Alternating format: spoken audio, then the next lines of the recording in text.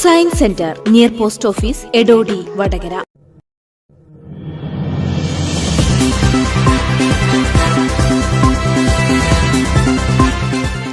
MT Vasudevan നായരുടെ വ്യത്യസ്തമായ ഫോട്ടോകളുടെ ചിത്രപ്രദർശനമായ MT കാലം കലാതീതം പരിപാടിക്ക് വടകരയിൽ തുടക്കമായി. ഇതോടനുബന്ധിച്ച് സാംസ്കാരിക ചത്വരത്തിൽ സെമിനാറും നടന്നു. CPIM ജില്ലാ സമ്മേളനത്തോടനുബന്ധിച്ച് നടന്ന പരിപാടിയിൽ നിരവധി പേരാണ് പങ്കെടുത്തത്.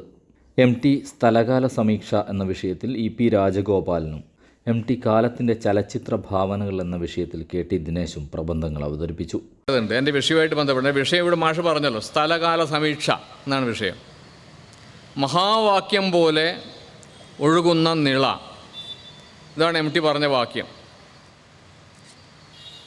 ആ വാക്യം പറഞ്ഞതോടുകൂടി ആ യോഗത്തിൻ്റെ അന്തരീക്ഷം ആകെ മാറുകയായി. ഒരു പുഴ കാണുമ്പോൾ പലർക്കും പലതും തോന്നും. പക്ഷേ മഹാവാക്യം പോലെ ഒഴുകുന്ന നിള എന്ന് നമ്മൾ അങ്ങനെ കേട്ടിട്ടില്ല.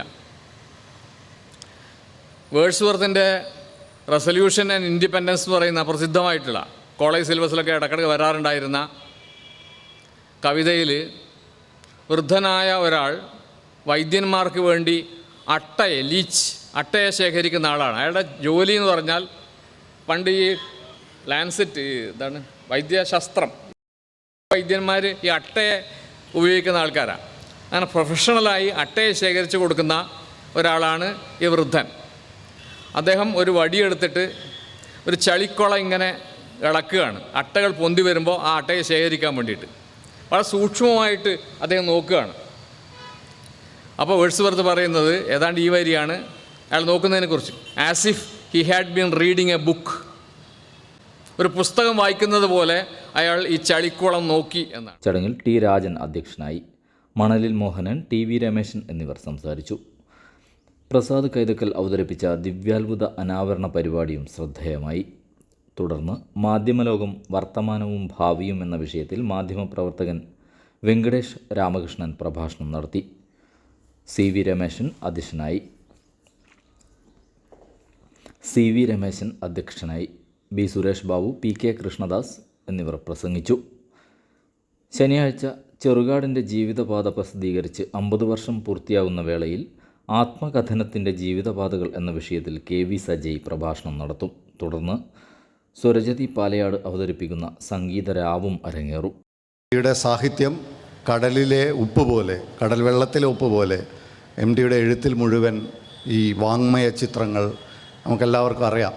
MT സാഹിത്യം വായിച്ച മുഴുവൻ ആളുകൾക്കും നമ്മൾ ആ ഗ്രാമത്തിലൂടെ നടന്നു പോകുന്നതായിട്ടോ, അല്ലെങ്കിൽ ആ പാടവരമ്പിലൂടെ നടക്കുന്നതായിട്ടോ, അല്ലെങ്കിൽ ആ ക്ഷേത്രത്തിൻ്റെ മുന്നിൽ നിൽക്കുന്നതായിട്ടോ, അല്ലെങ്കിൽ അരയാലിൽ തറയിൽ നിൽക്കുന്നതായിട്ടോ, ഒളവും തീരത്തിലെ ചായക്കടയിൽ ഇരിക്കുന്നതായിട്ടോ ഒക്കെയാണ് നമുക്ക് ഓരോരിക്കലും അത് അനുഭവപ്പെട്ടിട്ടുള്ളത്. അതുകൊണ്ട് ഈ വാങ്മയങ്ങളെ ചലച്ചിത്രമാക്കുക എന്ന താരതമ്യേന എളുപ്പമുള്ള ഒരു ജോലിയാണ് MTയുടെ 54ഓളം തിരക്കഥകൾ സിനിമകളാക്കിയ ആളുകൾ ചെയ്തത്. അദ്ദേഹം സ്വന്തമായി 6 സിനിമകൾ സംവിധാനം ചെയ്തിട്ടുമുണ്ട്. പക്ഷേ മലയാള സിനിമ കഴിഞ്ഞ 20 വർഷം കൊണ്ട് നേടിയ ഒരു കുതിച്ചുചാട്ടത്തിലേക്ക് MTയുടെ സിനിമകൾ പിന്നീട് വന്നില്ല. അദ്ദേഹം സംവിധാനം എന്നത് അദ്ദേഹം ചെറുപുഞ്ചിരിയോടുകൂടി അവസാനിപ്പിക്കുകയാണ് ചെയ്തത്. അദ്ദേഹം സിനിമയാക്കി എന്നുള്ളത് കൂടി ശ്രീരമണയുടെ മിഥുനം എന്ന കഥയാണ് ഒരു ചെറുപുഞ്ചിരിയായി MT മാറ്റിയത്. SK പൊറ്റക്കാടിൻ്റെ കടത്തുതോണിയാണ് കടവ് എന്ന സിനിമയ്ക്ക് ആധാരം. ബാക്കിയെല്ലാം MTയുടെ തന്നെ കഥകളാണ്. അദ്ദേഹം സിനിമയാക്കി മാറ്റിയത്, അദ്ദേഹം തിരക്കഥ എഴുതിയതൊക്കെ തൻ്റെ തന്നെ അനുഭവ സീമയിലുള്ള കാര്യങ്ങളെ ഉപയോഗിച്ചുകൊണ്ടാണ്. ഇപ്പോൾ ചലച്ചിത്രത്തെക്കുറിച്ച് പറയുമ്പോൾ ഈ വാട്ട് ഈസ് സിനിമ എന്ന പ്രസിദ്ധമായ ഗ്രന്ഥം എഴുതിയ ആന്ദ്രേ ബസിൻ അദ്ദേഹത്തിൻ്റെ the evolution of the language of cinema എന്ന പുസ്തകത്തിലൊരു പ്രത്യേക വളരെ സവിശേഷമായി സിനിമയുടെ ഭാഷ എന്താണെന്ന് അന്വേഷിക്കുന്ന ഒരു ലേഖനം, ഒരു അധ്യായം തന്നെ ആ പുസ്തകത്തിലുണ്ട്.